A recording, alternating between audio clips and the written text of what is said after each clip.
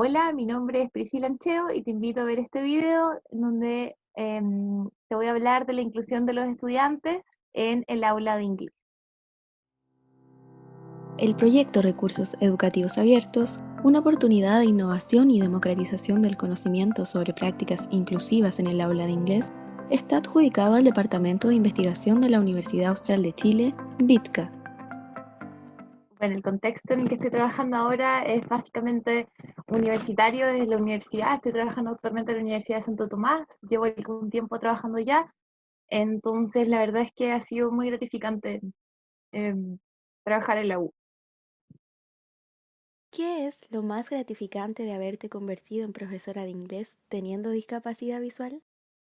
Es bueno sentirme de alguna manera como que estoy contribuyendo de alguna forma a mis estudiantes. Cuando ellos me ven en la universidad y ven que tengo una discapacidad, ellos sienten que pueden. O sea, al verme dicen, bueno, profe, si usted lo puede hacer, yo también debería poder. Entonces eso me hace sentir bastante contenta y gratificante la sensación de poder sentir que con solo verte estás ayudando de algún modo a los estudiantes. ¿Cuáles han sido los desafíos que has tenido que enfrentar?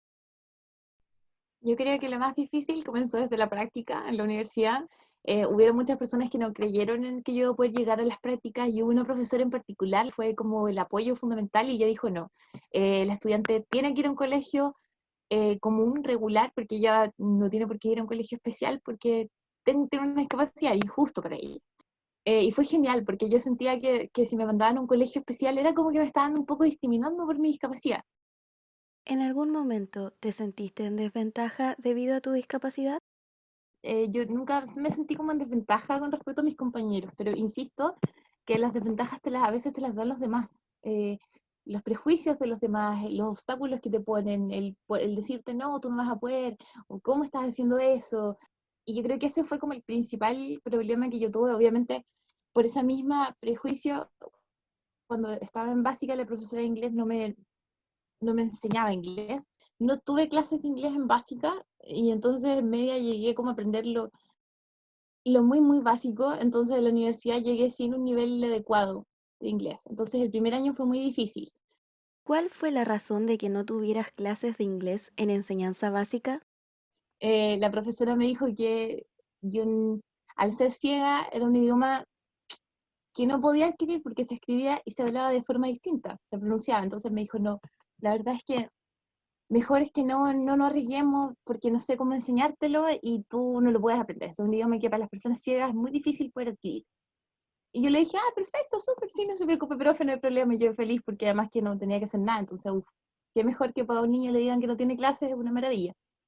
Pero claro, después cuando crecí me di cuenta que había sido terrible, una discriminación total hacia mí. ¿Cómo motivarías a estudiantes con discapacidad visual a aprender inglés? Más que motivar, el consejo yo daría es siempre perseverar y no aceptar un no. Luchar siempre por el sí. El no ya lo tenemos ganado, o sea, ya está el no siempre. Entramos con un no, así que lo importante es buscar ese sí que tanto anhelamos. ¿Qué estrategias de tus profesores apoyaron tu aprendizaje del inglés? Hay una profesora en particular que me marcó en la universidad y ella usaba mucho, mucho lenguaje descriptivo. Ella usaba, para mí, el lenguaje descriptivo era, o sea, muy importante y ella lo aprendió a usar conmigo mucho. Entonces, cada cosa que ella describía, la decía.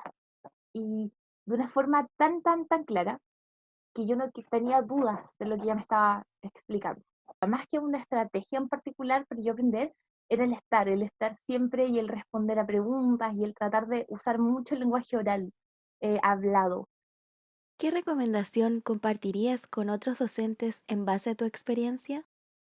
De partida, llegar con una actitud positiva y si llegas pensando que el estudiante, por ser discapacitado, no puede igual que los demás o minimizando sus capacidades, ya comenzamos mal. Entonces, la actitud yo siento que es lo más importante cuando es la hora de enfrentarse a un estudiante con discapacidad, sea cual sea la discapacidad. Eh, el tema es normalizar un poco más.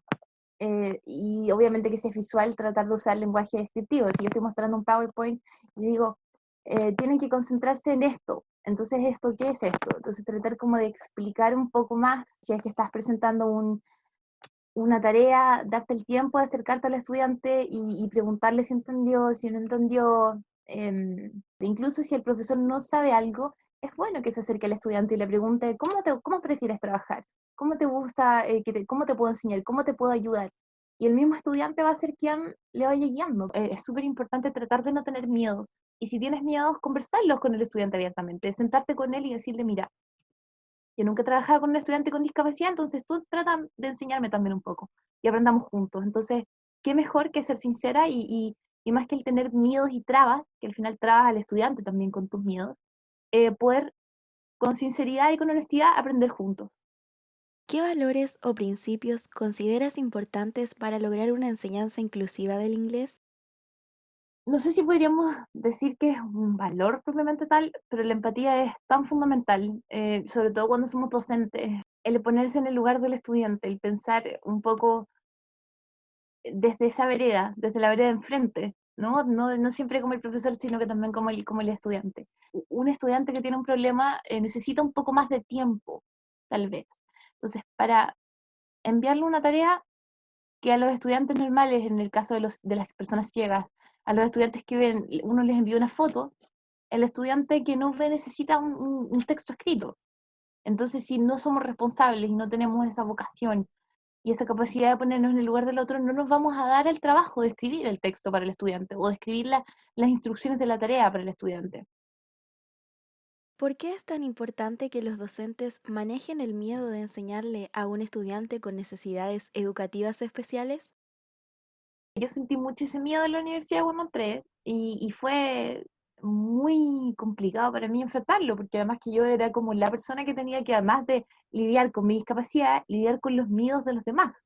A veces hay personas con discapacidad que no tienen la actitud positiva o no tienen la fuerza para sobreponerse a las opiniones, sobre todo cuando son opiniones de profesores que les están enseñando, em, puede marcar mucho, puede marcar mucho. Entonces, cuidado con cómo nos relacionamos, con cómo nos expresamos, con cómo miramos al otro y sobre todo con cómo le enseñamos. Cuidado y pensemos en las emociones de la otra persona.